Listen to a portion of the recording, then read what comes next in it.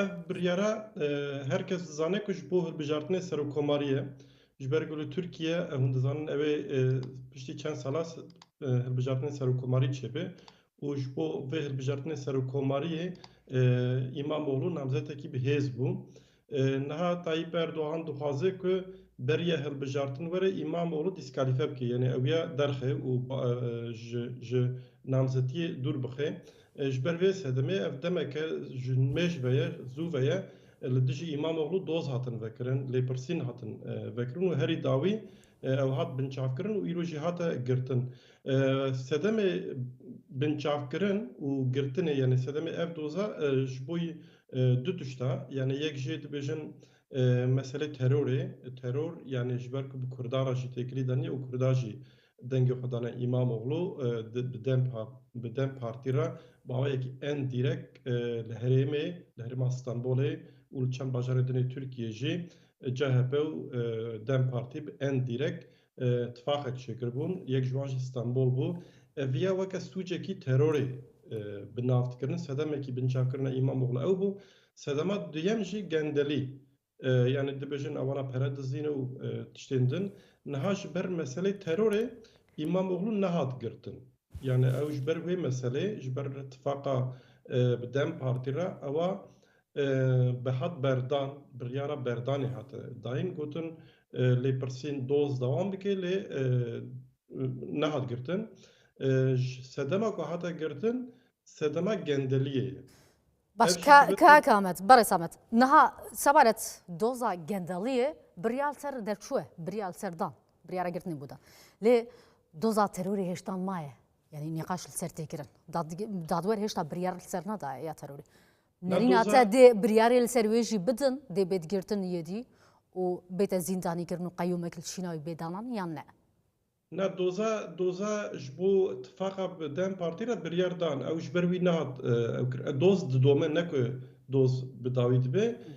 meselê terorê yani ji ber ku doz ya pir tevlî hebe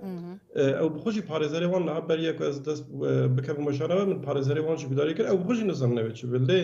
biryara girtinê ya niha ku hatî dayîn ya gendeliyê ye. Ama hê dewam dike piştî nîv saetek din ji ber meselê terorê jî ku were girtin ew ê bive sedem ku qayyum jî bavêjin ser şaredariyê lê li gorî biryara niha CHP'yî dibêjin parêzerê wan jî dibêjin nabe ku qayyum bavêjin ser şaredariyê lê wer xuya ye ku ji ber ku ev qanûn manûnî dil Tirkiye yani li gorî daxwazê Tayyip Erdoğan diçin dikarê pêjî qayyum qanûn wa jî û haye jî يعني اجبر ويجي دما دوزا دست بكر دما كبر كيم دا يعني هم دوز درخصن هولي وهم جي بريال سردان برن هم بردادگه و دادور يعني دما كبر كيم دا بي اكثر برن بله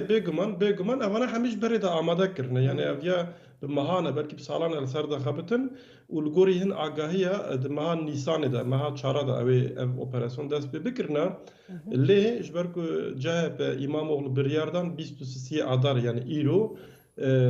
hilbijartina pêşvext yani di nav partiyê de ji bo namzetê serokkomariyê hilbijartin çêbe ew biryardan ji ber vê sedemê ev operasyona ku ji bo meha Nîsanê plan kiribûn biryar dabûn pêş xistin anîn hejdev nozdê adarê niha rewş çi ye rewş herkes dizane ku meselê ne gendelî teror û tiştên din e meselê herkes dizane ku İmamoğlu ji bo namzetiya serokkomariyê namzetekî bihêzel hemberî Tayyip Erdoğan û Tayyip Erdoğan jî ji bo vê yekê ev operasyon dijî wan pêk anîn niha ew ê çawa ji ber ku li Tirkiye reaksiyon pir zêde ne ihtimalek mezin ew ji xwe İmamoğlu bigirin bavên zindanê ewa sedî sede lê dibe ku hetanî demekê ji bo ku reaksiyon zêdetir nebin qayyum nabêjin sen şaredariyê ji bo ku CHP jî wisa kêfxweş bike bêje baş e şaredar hat girtin lê şaredarî ame ye ewana jî hinkî bisekinin ji ber vê sedemê niha belkî hema di nava çend rojê pêş de qayyum daneynin ser şaredariyê lê ew ê demê binêrin eger pêwîst kire ê deynin ser şaredariyê lê girtina İmamoğlu sedî sed ji xwe biryara wî hatiye dayîn û ji nav pêva êdî Tayyip Erdoğan AKP bixwaze jî nikare gav baş de bavêje. باشە بەرز ئامەد ینی بۆچی ئەوە زیاتر لە هەشت مانگە ئەم دۆسیانە لە دژی مامۆغڵۆ کراوەتەوە بەڵام بۆچی بزەبەت ڕێک لەم کاتە کە جەهەپە نزیک بوو لەوەی کە ئەمڕۆ ئەم هەڵبژانی کە کردوێتی بۆی کە بەربژێری خۆیان دیاری بکەن بۆ پۆستی سەرۆک کۆمار بڕیاری دەستگیرکردن بۆ ئیمامۆغڵۆ دەرکرا ئەمە ترسی ئەردۆغانە لەوەی کە ئیمامۆغڵۆ ڕکابەرێکی بەهێزە لە بەرامبەری بۆ پۆستی سەرۆک کۆمار و ئەم دۆسیە لەم کات و لەم ساتی ئێستا دەکرایەوە بێگومان ئیمامۆغڵوە کێشش گوت نامزەدێکی پڕ بەهێزە یعنی ئەگەر سبێ هەلبژاردن لە تورکیا چێبێ هەلبژاردنێ سەرۆکۆمەری وەرخویایە کە ئیمامۆغڵو ئەوێ gelek zêde ji deng bigire ji Tayyip Erdogan. Li gorî qanûnê Tirkiye ji xwe Tayyip Erdogan nikare carek dimivê namzet.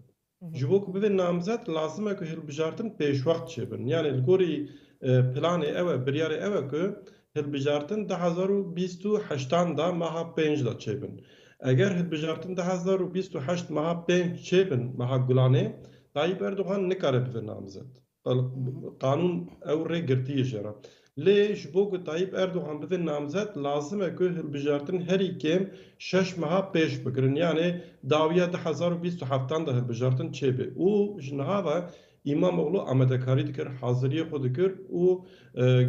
gelek alîgirên ku hetanî niha dengê xwe danin AKP, Tayyip Erdogan jî êdî dibêjin em ê dengê xwe bidin İmamoğlu. Ji ber vê sedemê Tayyip Erdogan ji niha ve ev amedekarî dike. Eger ku bima beriya hilbijartin çend mangek beriya hilbijartin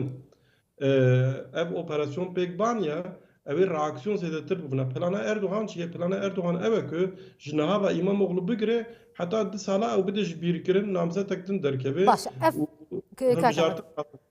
ev girtin yan binçavkirina Ekrem İmamoğlu îtir eger ev dozên li ser vekirîn dadwer biryar seda yedî de bêgirtin.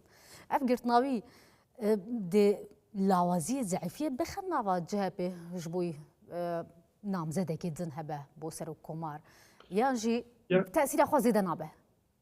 Yani hesabê Erdogan ew bû ku lawaziyek têxe nevan, nakokiyek têxe nevan lê CHP jî partiyekî pasîf e yani CHP jî partiyek wisa ku reaksiyonê xurt nîşan bide nîne partiya dewletê ye. Lê gel reaksiyon nîşan da taybet jî xwendekarên zanîngeha unîversîta reaksiyonek pir mezin nîşan dan û CHP jî neçar ma bikeve peywan. Niha bi milyonek kes îşev, do ev 4 rojel kolanan e. Ji ber vê sedemê yani weke ku Tayyip Erdogan di fikrî çê nebû. CHP di nava xwe da bû yek. Bes de aliyekê din da kakemet de aliyekê din da hinde gazner ser CHP jî heye bijin helwestên CHP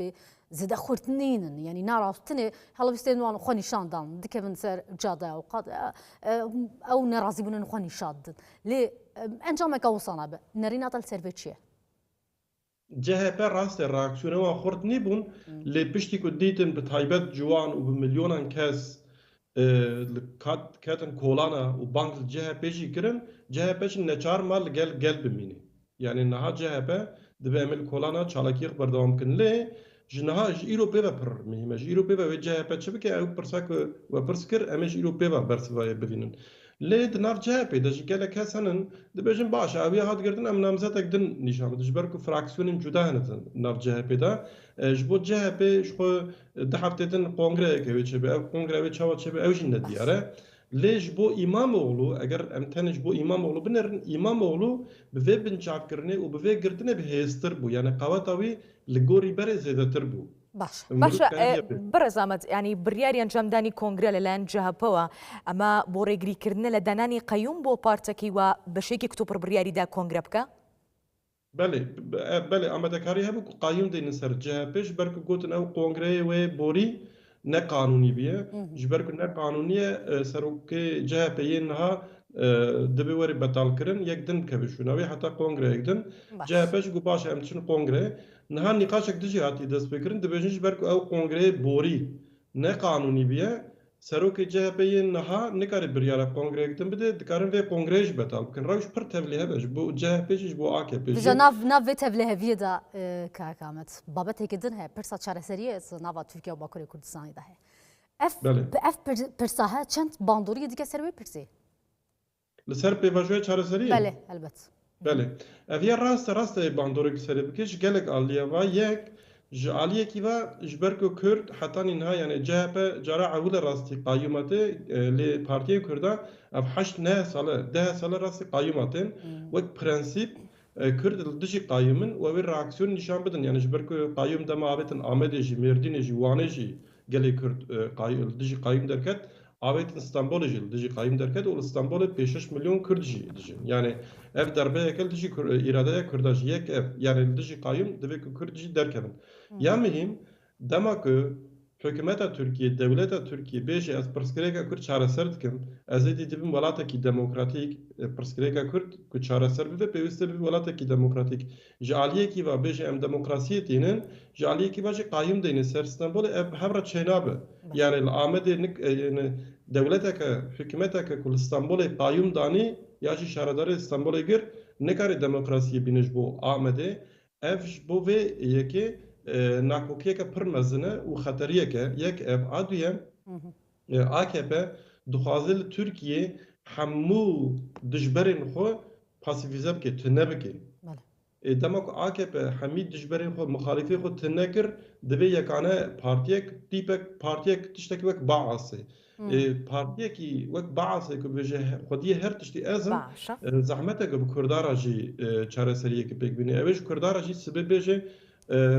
ez çi bixwazim lazim e hûn wî bikin ji ber vê sedemê ev pêvajoya ku niha li dijî İmamoğlu CHP hatê dest pêkirin ev ya ez dibêjim ki ev ê bandorekî li ser pêvajoya bandorekî neyînî li ser pêvajoya çareseriyê jî bikin.